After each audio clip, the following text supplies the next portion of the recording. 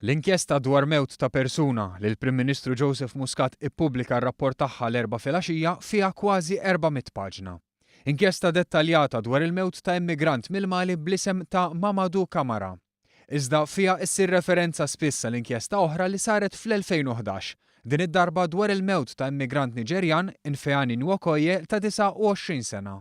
Fl-inkjesta fil-każ tal-Mali reġgħu kienu mmarkati ħafna nuqqasijiet mill-każ tas-sena ta' qabel u li dwarhom ma kien sar xejn.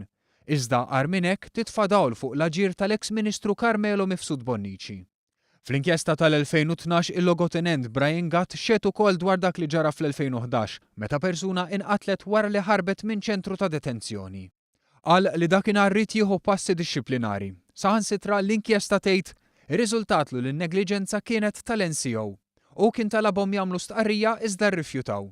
U rid ikeċċihom la ma ridux jikkoperaw miegħu. Il-Ministru kien taħ direttiva biex l-affarijiet jibqgħu kif kienu.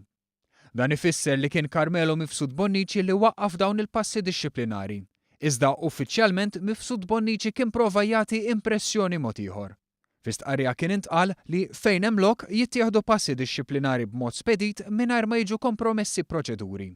Anke jekk meta waqqaf il-passi dixxiplinari Mifsud Bonnici kien qal li jagħmel hekk għax trid tinvestiga l-Pulizija, il-Maġistrat li mexxa l-inkjesta kien ta' fehma oħra. Irrimarka li hemm differenza bejn dixxilpina militari u każ quddiem il-qorti, u hemm każi fejn wieħed jista' jieħu passi b'mod indipendenti mill-qorti. Qal li jekk ma jsirx hekk, dak li jkun jista' jindika li kollox jgħaddi. Brabta ma' dan il-każ kien biss fi frar ta' din is-sena li żewġ soldati u uffiċjal ta' detenzjoni tresqu l-qorti.